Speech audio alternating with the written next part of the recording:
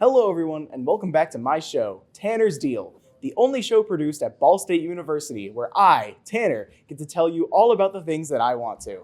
And on top of this beautiful rebrand, we have a special episode in store just for you, because it's the Halloween special. And throughout this episode, you'll get to see my cast of helpers in their costumes while they deliver some very spooky segments, including Five Nights at Freddy's 2, a retrospective on the Friday the 13th game, Fortnite's Halloween event, Fortnitemares, is going on right now, and we have some things to say about that.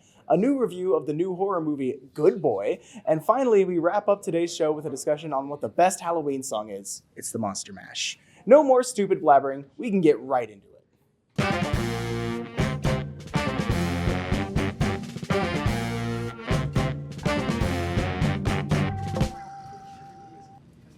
Bro, have you heard the news surrounding FNAF 2?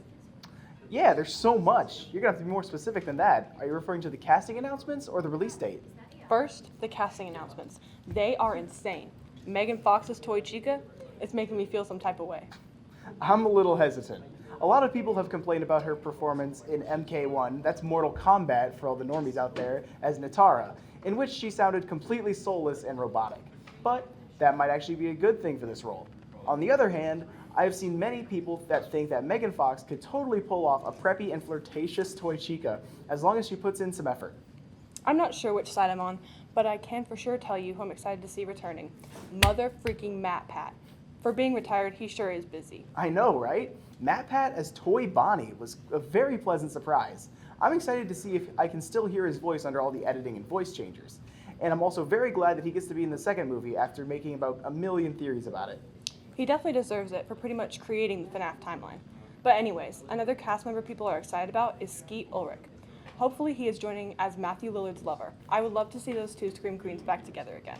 I would love that. Almost just as much as I would love not being able to smell the theater when FNAF 2 comes out on December 5th, 2025. Wait, why's that? Dude, you know that FNAF 2 and JJK Execution both come out in theaters that day, right? What does that have to do? Oh, I see now. That place is going to smell. Yeah, I might just have to catch it on streaming. These two dropping on the same day is suspicious. I'll bet Chick Hicks is behind it. Okay, let's check back in with the host to see his thoughts on all this. Tanner? Thank you, Tanner. Yeah, I can see this movie both being really good or really bad. Like, really, really bad. Like, The Room bad. Anyway, I have some casting speculations for this movie that I want to share with you all. Firstly, the elephant in the room. When will the king of Five Nights at Freddy's finally get to appear? Sarah, pull up the picture of Mark. This man was too busy to be in the first movie, and honestly, I think that's BS. Second, sorry Tanner dealers, I'm getting a call right now. Oh, it's Jasmine. Yo. We're kind of filming right now. You know the show you left to me? No, you cannot. No, you can't call in. No, we don't do on-site reporting. What do you mean it got greenlit? Hey everyone, it's me, Jazzy. I got lost on my way to the Netflix HQ. I was able to rent a camera and a tripod so I could still be here. But unfortunately, Julie died. Dysentery. Very sad. But I heard from Tanner that we were talking about FNAF, so I just had to be here. I wonder, will the living tombstone make a grand reappearance? If this movie is another success, will there be a third? FNAF 4, sister location? How accurate to the game will this one be?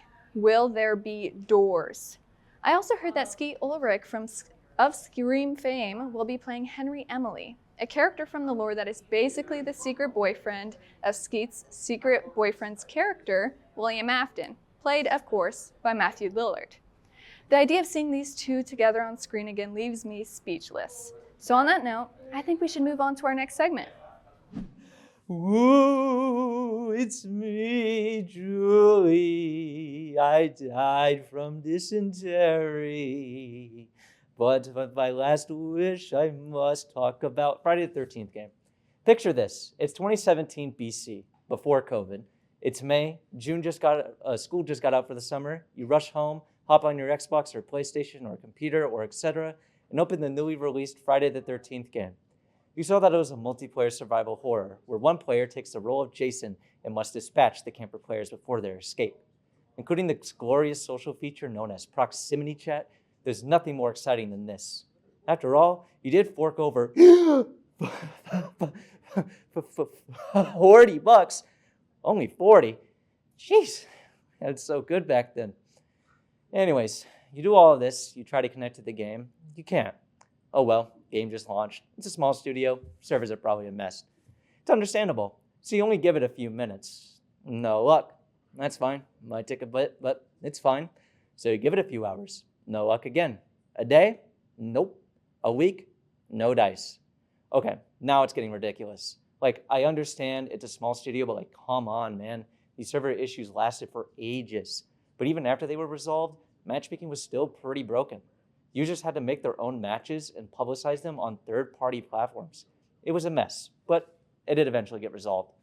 The game is a bit of a buggy mess. Core mechanics would break, and rubber banding was frequent. But the game was still insanely fun. Being able to evade or play as Jason with proximity chat, allowing the relentless killer to taunt their victims, was so much fun.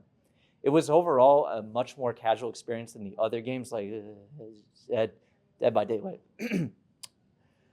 The gory kills you could do as Jason were brutally satisfying. Making a daring escape as a survivor was exhilarating. It was overall a really fun game to play with the friends.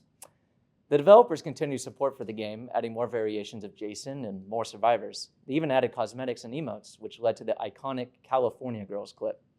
However, the game was eventually doomed to die. Due to licensing disputes between screenwriter Victor Miller and director Sean S. Cunningham, the licensing for the game was unable to be renewed, resulting in the game completely losing support. All of this was right after they had just announced a Jason X DLC. Awesome! While the game may have been doomed, it was a blast to play, and Gun Media, the studio behind the game, went on to make more games based on iconic movie slashers, such as the Texas Chainsaw Massacre.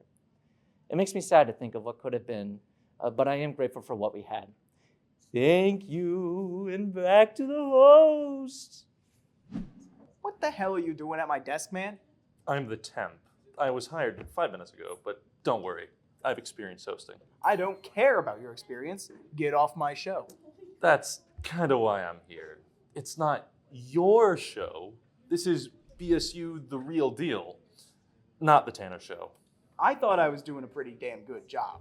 Seth told me during the hiring process that during your solo segments, ratings plummeted, and that apparently that is impressive. This show is pre-recorded. How did the ratings drop before? Test audiences. We should move on. Next on the program, we have a segment about the spooky event happening in the ever-popular game Fortnite. With the scoop on these Fortnitemares, here's Luigi. What's up, gamers? Luigi here to talk to you about the totally hot, definitely new video game, Fortnite. Yahoo! During this spooky season, Fortnite is doing a little event called Fortnitemares. Wait, are we really doing a Fortnite segment? Of course! Here at The Real Deal, we talk about what's new and fresh, that being Fortnite. What year is it? The year of Fortnitemares. Okay, but what about it? Well, for this event, Epic Games have several collaborations. What collaborations? First of all, they have a Scooby-Doo crossover. So, that's like 5 skins. 5, but there are only 4 teenagers. You can play as the dog. Scrappy can't hold weapons, though. He's a dog. Don't you toy with me. They're also collaborating with a bunch of spooky and awesome shows and movies.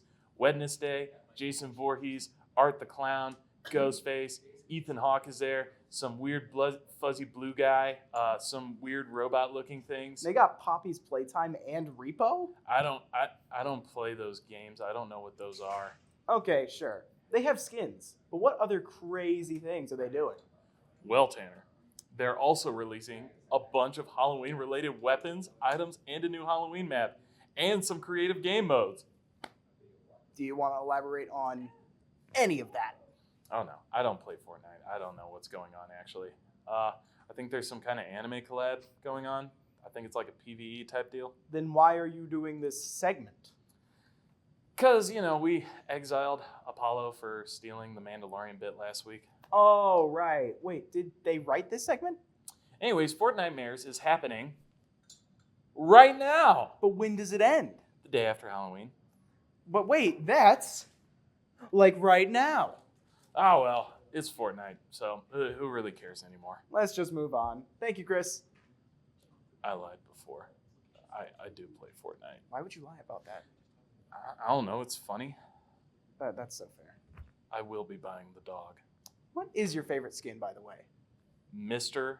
Dappermint. Who? Sarah, pull up the picture. What a great segment. So funny.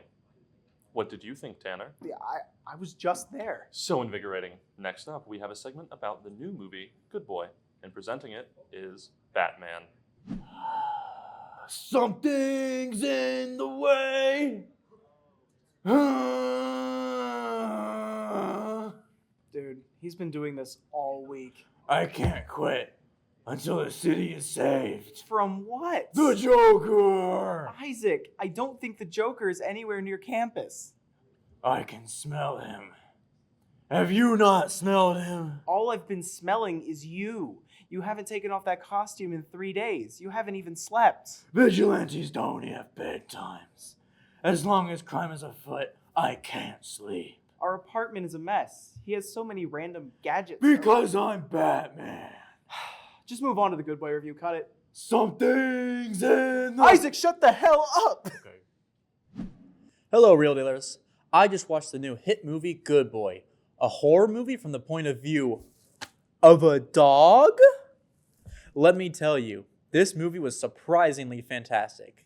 Not only was it well written and shot, but it really is quite the modern success story in filmmaking. This movie was made using less than $1 million and is currently on its way to make over $5 million at the box office. Let me tell you, this movie is far greater than its gimmick. What could have been a boring run-of-the-mill horror movie with a somewhat interesting premise becomes a heartfelt film about the power of love and the horror of the unknown. There are many moments where me and my girlfriend were damn near moved to tears while watching it. Maybe that's just my love of dogs coming out, but I truly believe this is one of the most heartfelt and sincere movies that have come out this year.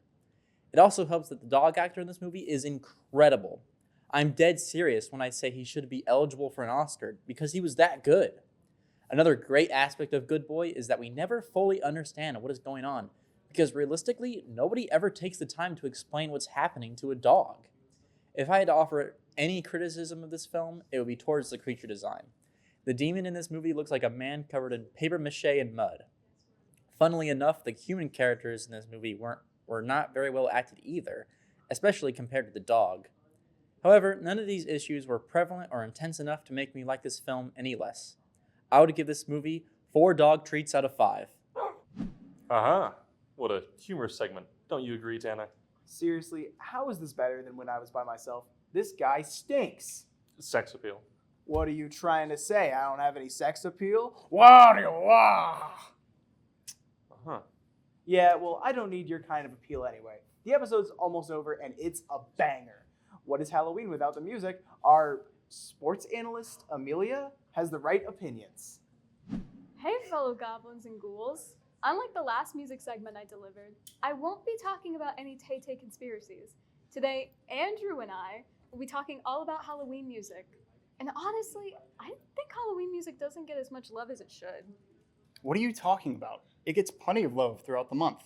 People listen to it at Halloween parties while carving pumpkins, making sweet treats, or even just for funsies. Okay, yeah, but think about it. People only listen to Halloween music in October and maybe September. Like, the hype is only there when it's spooky season. I think it should be year-round.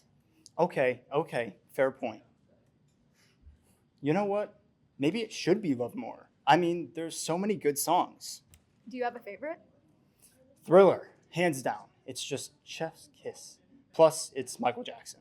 Thriller? That's your hill to die on? But that's such a basic answer. I can't believe you just tried to kill my vibe. Thriller is a classic. It's the perfect amount of spookiness. The zombie dance sequence, that creepy voice at the end, also the music video that scared the shiitakes out of me is peak cinema. And may I remind you, Michael Jackson, hello? Okay, fair. I mean, it's a great song, and you can't go wrong with a classic. It's just a little expected in my opinion, you know? It can't just be a classic if it isn't overrated. You're just trying to be different. No, I just prefer something that sounds more upbeat and less overrated, like Calling All the Monsters. Wait, the song by that Disney Channel singer from Ant Farm? Do you mean Miss China Ann McClain? Damn straight, it's an absolute banger. The beats, the high energy, it's the definition of a Halloween party anthem. You can't tell me you don't get your body shaken once the chorus starts up. Point taken. But I think that Monster Mash wins for Halloween anthem.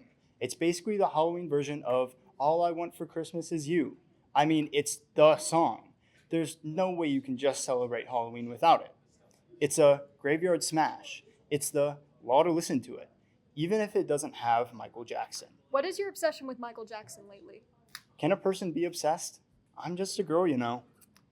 Anyways, back to what we were discussing beforehand. Yeah, it may be overdone, but it's still a feel-good staple and fun to sing along to. It's kind of hard to imagine Halloween without its very own Mariah Carey Bobby Prickett. Exactly. You get it, as you should. You know what's better than Monster Mash, though? Somebody's Watching Me by Rockwell. It definitely has like that heavier atmosphere with the creepy stalkerish lyrics, but it's such a good jam session song, and I'd offend myself if I didn't mention it. Plus, it features Michael Jackson. That alone gives it multiple bonus points in my book. Right, because that's the only thing that matters in the song. Do you have any picks that don't feature or have anything to do with Michael Jackson? Oh, The Purple People Eater by Sheb Woolley. Yeah, that's a good one. Hold up, I'm sorry, the purple what? The Purple People Eater. It's a 1950s song about a monster that just wants to join a rock and roll band. I find it a sweet, wholesome, and goofy melody. I mean, he seems like a chill dude, you know? Can you please explain what's sweet about a monster who wants to eat people? No, he eats purple people, hence the Purple People Eater lyric and title. He's like Grimace. You've got to pay more attention. That's a lot of work, also my ADHD doesn't allow it. But anyway, seems like an interesting bit. Maybe I'll listen to it later. You should. You need to. You must. It's a bop. You know, we should make a spooky playlist. We already have a great deal of songs lined up already. Oh, yes. We're doing that right now. While we do that, let's cut back to the show and see if our hosts have any spooky song suggestions on their own. Well, I already spoiled that I think the Monster Mash is objectively the greatest Halloween song of all time. I like the song Spooky Scary Skeletons. Ah, by the Living Tombstone? No, I never got behind the remix. I like the original much more. Well, of course you would. That makes perfect sense. Executives, I beg you, guys, please can this guy. I am bored out of my mind with this doorknob. Well, that's... Nope, no more dialogue for you. Episode over. Thank you to everyone who suffered through this guy with me. Next week, we'll be back, and hopefully Jasmine will be back. I've been Tanner Lipka, and this is Temp. If you enjoyed the show, make sure to like and subscribe and follow all our socials. See you next time. Bye-bye.